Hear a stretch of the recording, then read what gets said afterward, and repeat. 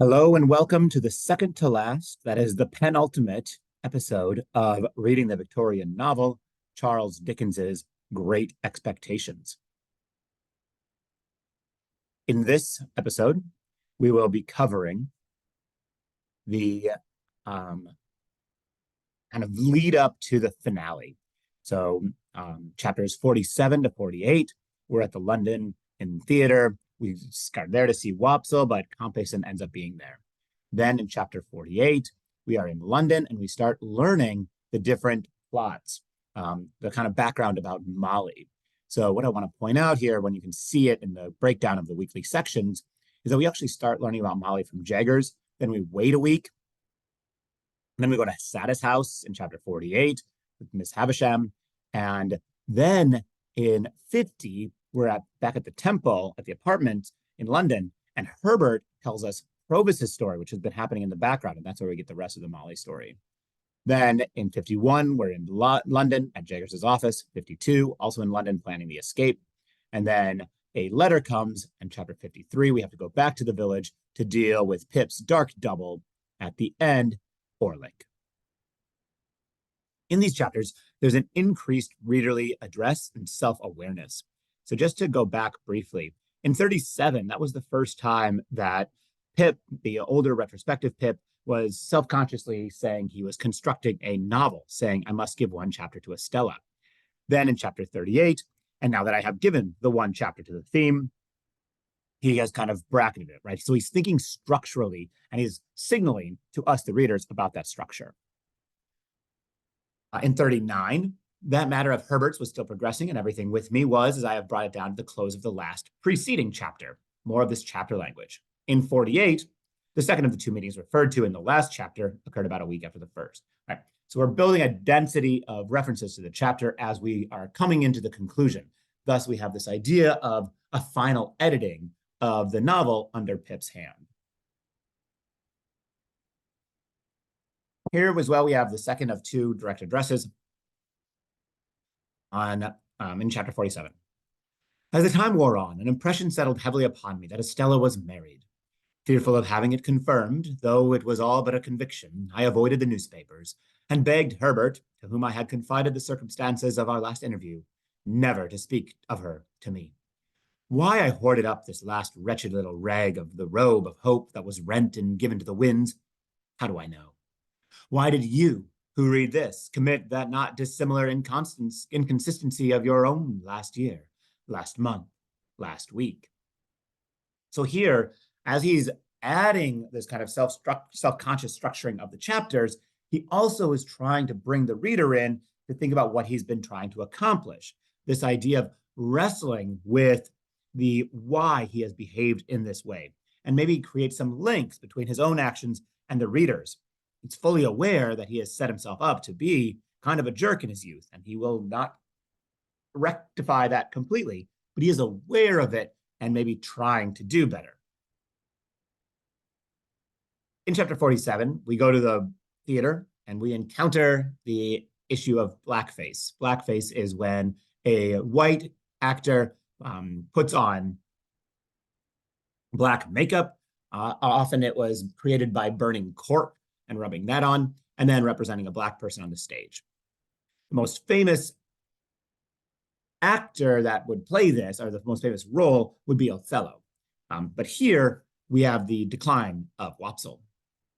I was aware that Mr. Wopsle had not succeeded in reviving the drama, but, on the contrary, had rather partaken of its decline.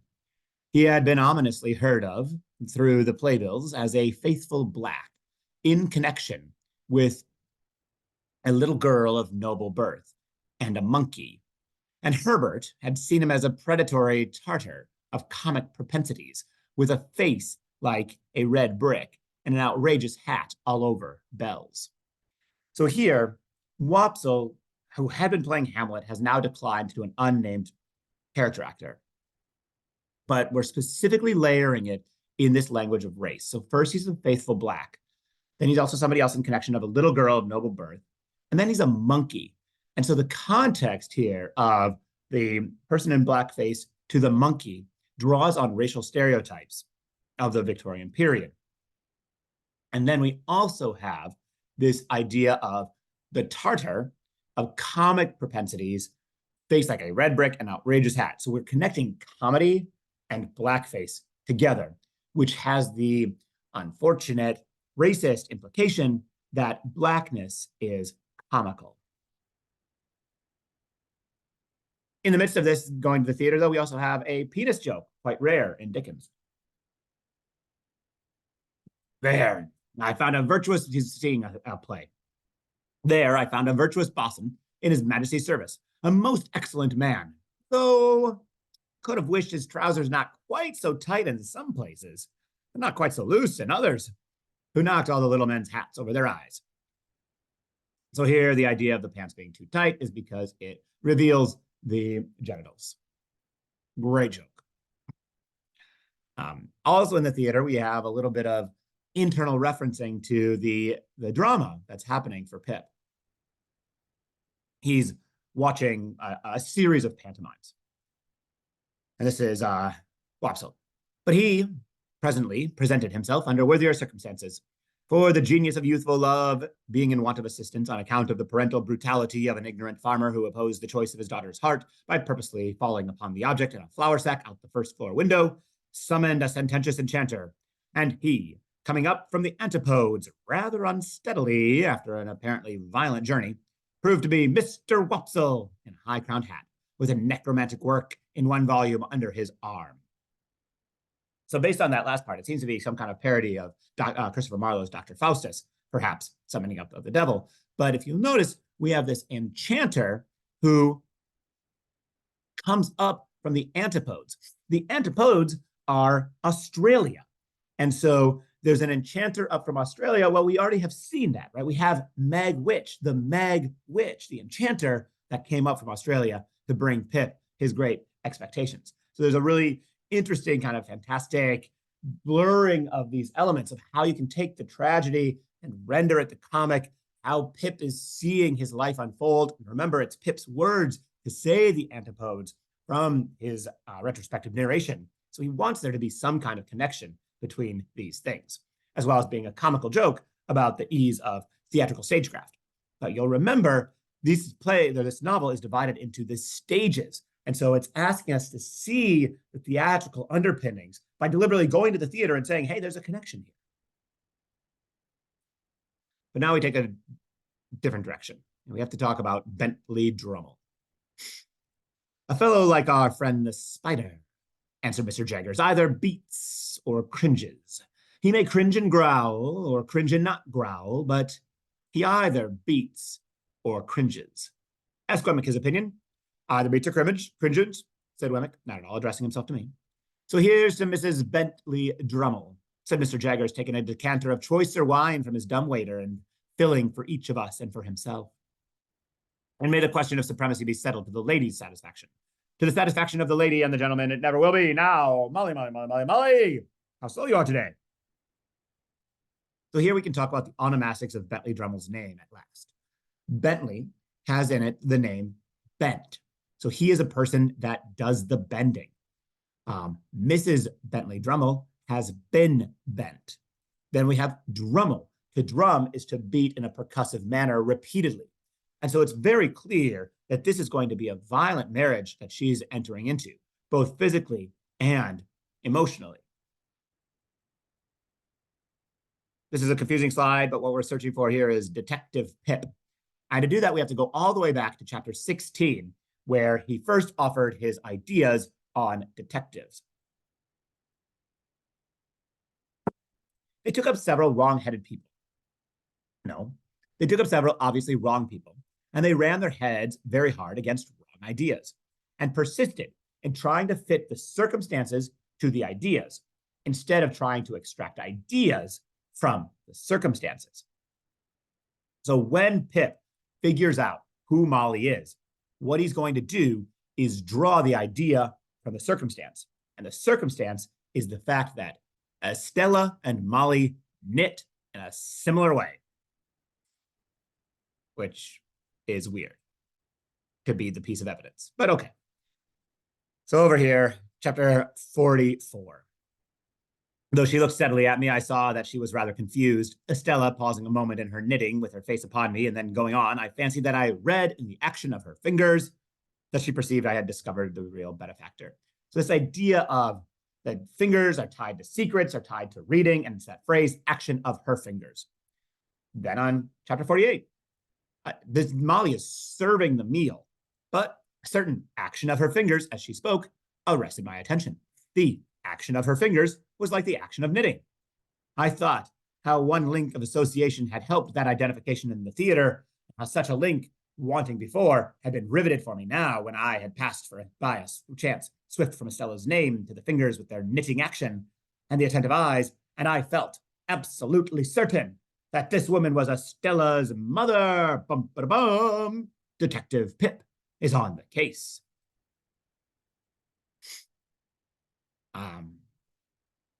As we start learning more about Molly's background, we also have to engage in some Victorian race theory about gypsies, who are the Romany people who had come from India, although there were some thoughts that people had that they had come from Egypt. So these are darker skinned persons in the European continent, and then especially in Britain, and there were a lot of negative stereotypes around them.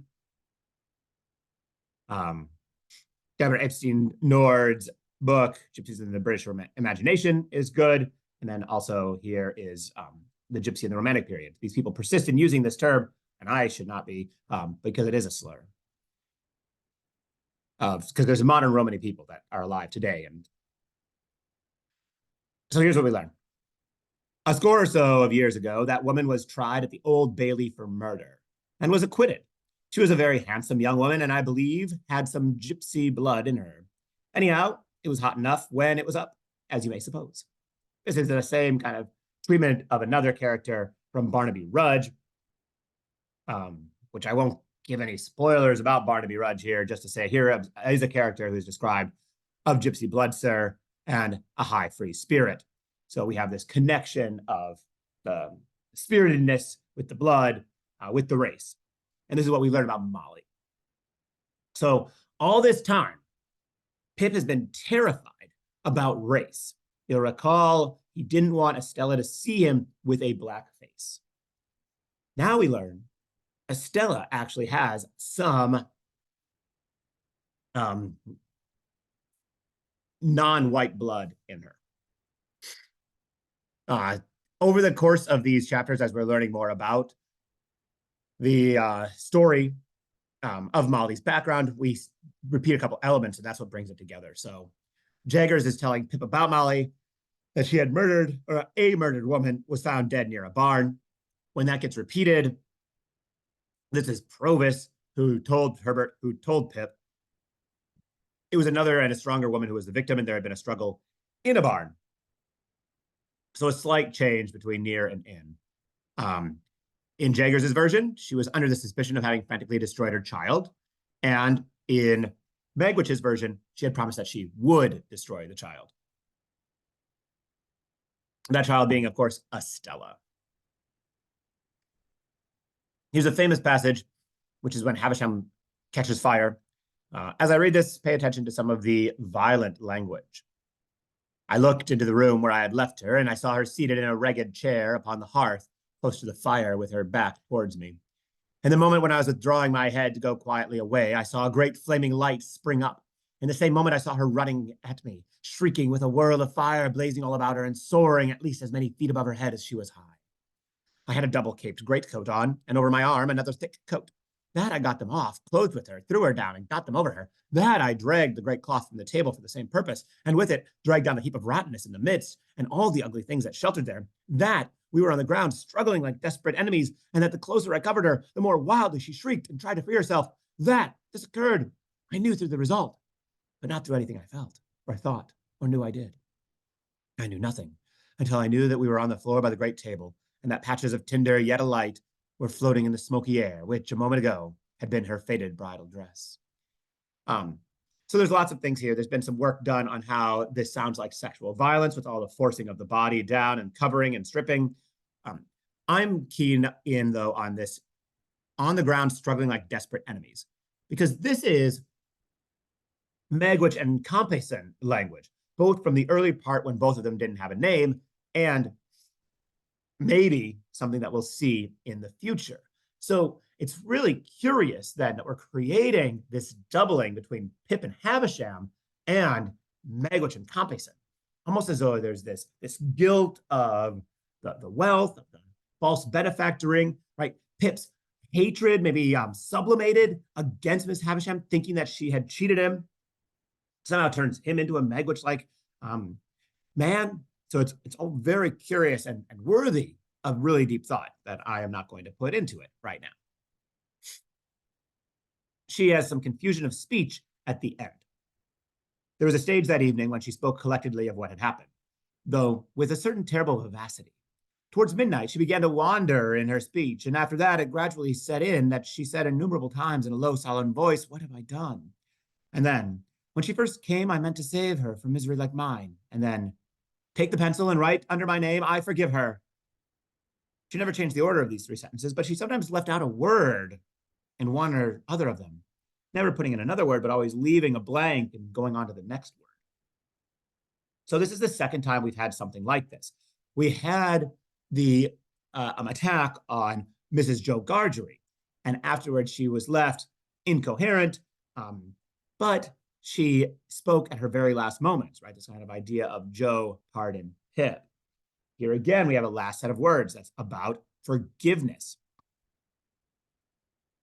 Who is she kind of talking about, right? She's talking about Estella forgiving her, but she's also said the same thing to Pip a little bit earlier. And it's very curious, this idea of leaving things out. So think about what it might mean if it's leaving out the pronouns. When blank first came, I meant to save blank from misery like mine. Well, you could substitute Pip there. I forgive her, leave out again the pronoun. I forgive blank, filling in Pip as well there. So it's a very curious slippage of language.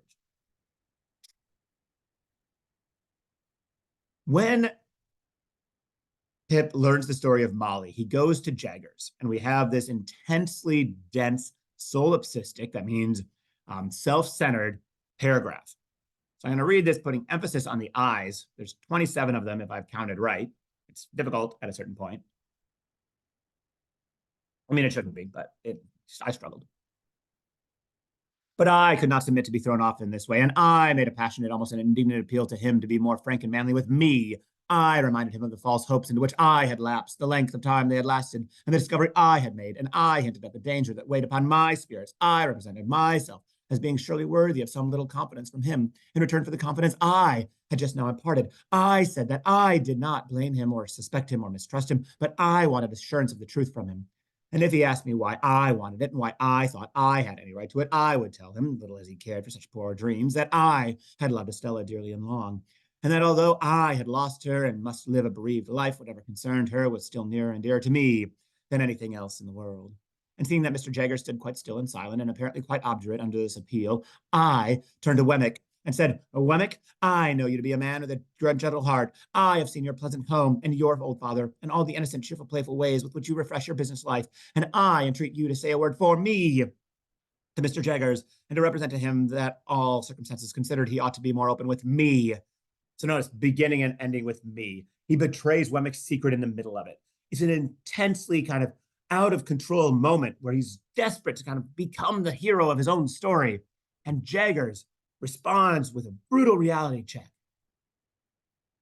For whose sake would you reveal the secret? For the father's? I think he would not be much better for the mother. For the mother's? I think if she had done such a deed, she would be safer where she was. For the daughter's? I think it would hardly serve her to establish her parentage for the information of her husband, and to drag her back to disgrace after an escape of 20 years, pretty secure to last for life. But had the case that you had loved her, Pip, and had made her the subject of those poor dreams, which have at one time or another been in the heads of more men than you think likely, then I tell you that you had better, and would much sooner than you had thought well of it, chop off that bandaged left hand of yours with your bandaged right hand, and then pass the chopper onto Wemmick there to cut that hand off too. So here, at this moment, Pip is given this reality check. He is not the center. He has the same kind of yearning and crushes that other people have. He had a change of circumstance based on pure luck, and it doesn't make him special. And in fact, the information that he has, were he to use it or share it, will ruin many others' lives. And Jaggers is saying, what right do you have, Pip, to do this? And we conclude it with this idea of cutting off the hands. Pip, who has been named Handle, who is handy in that way, is asked to no longer have that identity that knows secrets, that moves around with this social class of people. There's a very curious exchange shortly after this with the character Mike. It's a lot of text, but I really like Mike because he is a substitute, right? He is one of these minor characters that comes in and he acts as a scapegoat, somebody on whom you put all of the negative energy so you can kind of expiate the situation. And we're doing it through class, through a lower class man who's also comical, but deeply pathetic. They were both happily relieved by the opportune appearance of Mike, the client with the fur cap and the habit of wiping his nose on his sleeve, whom I had seen on the very first day of my appearance within those walls. This individual, who either in his own person or in that of some member of his family seemed to be always in trouble, which in that place meant Newgate, called to announce that his eldest daughter was taken up on suspicion of shoplifting. As he imparted this melancholy circumstances to Wemmick, Mr. Jaggers stood magisterial before the fire and taking no share in the proceeding. Mike's eye happened to twinkle with a tear. What are you about? Demanded Wemmick with the utmost indignation. What do you come sniveling here for? I didn't go to do it, Mr. Wemmick. You did, said Mr. Wemmick. How dare you? You're not in a fit state to come here. You can't come here without spluttering like a bad pen. What do you mean by a man can't help his feelings, Mr. Wemmick? Pleaded Mike. His what? Demanded Wemmick quite savagely. Say that again. Now, look here, my man, said Mr. Jaggers, advancing a step and pointing to the door. Get out of this office. I'll have no feelings here. Get out. It serves you right, said Wemmick. Get out. So the unfortunate Mike very humbly withdrew, and Mr. Jaggers and Wemmick appeared to have reestablished their good understanding and went to work again with an air of refreshment upon them as if they had just had lunch. Here is another moment of cannibalism, right? The simile as if they had had lunch after they have verbally brutalized this man is cannibalistic. But it's also reestablished their lack of emotion in this round. Pip had just betrayed Wemmick's secret that he has a heart, that he has this home, that he has these genial feelings, and it created tension. But when Wemmick proves himself to turn once more into a quote-unquote savage, or to behave savagely, the events get reconstituted. At what cost? At the cost of Mike. Here we have some Orientalism on page 416 at the beginning of chapter 52.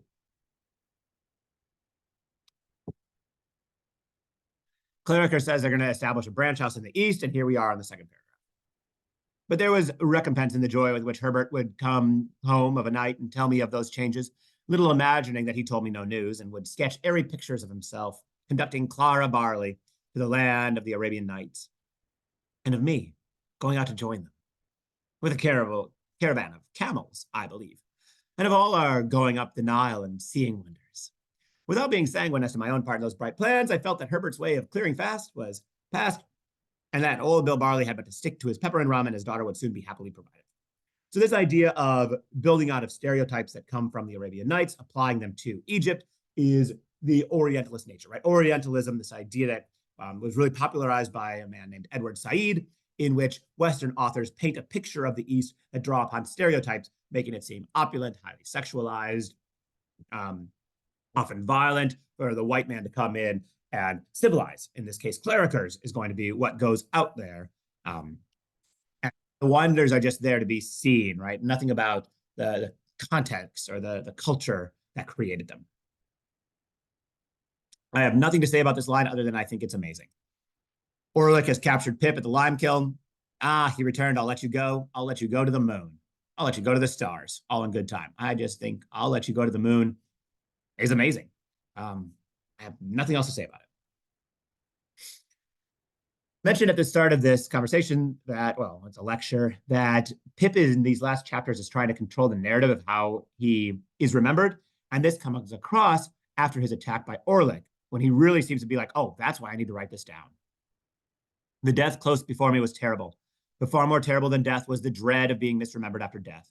And so quick were my thoughts that I saw myself despised by unborn generations, Estella's children and their children, while the wretch's words were yet on his lips. So he says Estella's children and their children inside of that dash offset, the dash parenthetical, but we are the unborn generations, right? The future readers of this novel are the people that have judged him and will continue to judge him.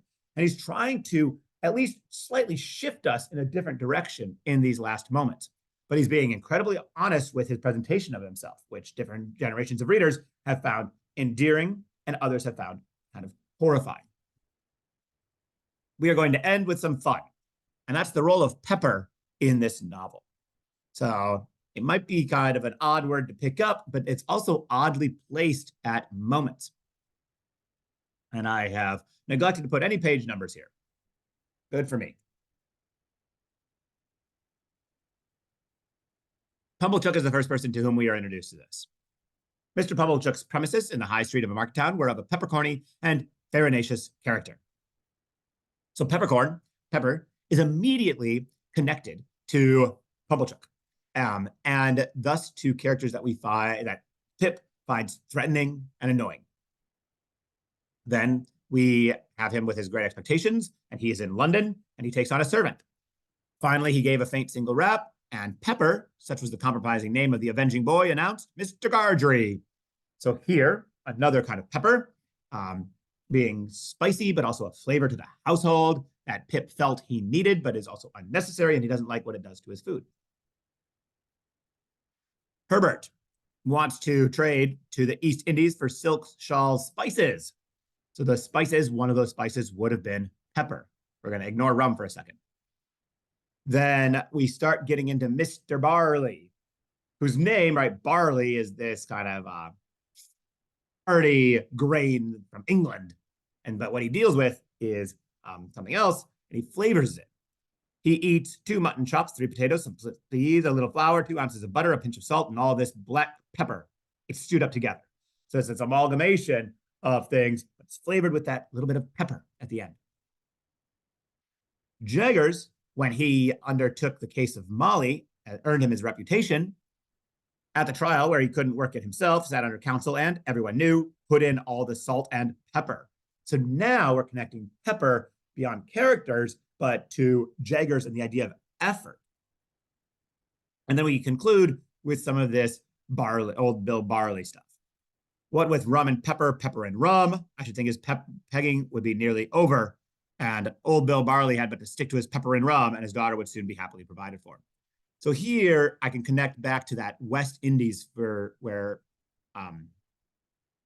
Herbert was going to deal with rum, because the spices and rum now find their connection in Bill Barley, who himself had been a customs house worker.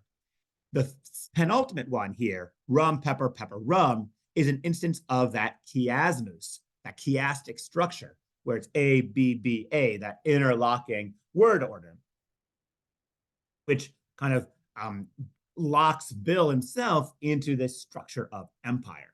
So I don't have a strong argument about this. I just think it's really interesting that pepper is the spice of choice in this particular novel, and that it's not necessarily seen as wholesome, right? It's almost like it harms by bringing all of these things in, perhaps, but it also creates death, or it's bad for you, right?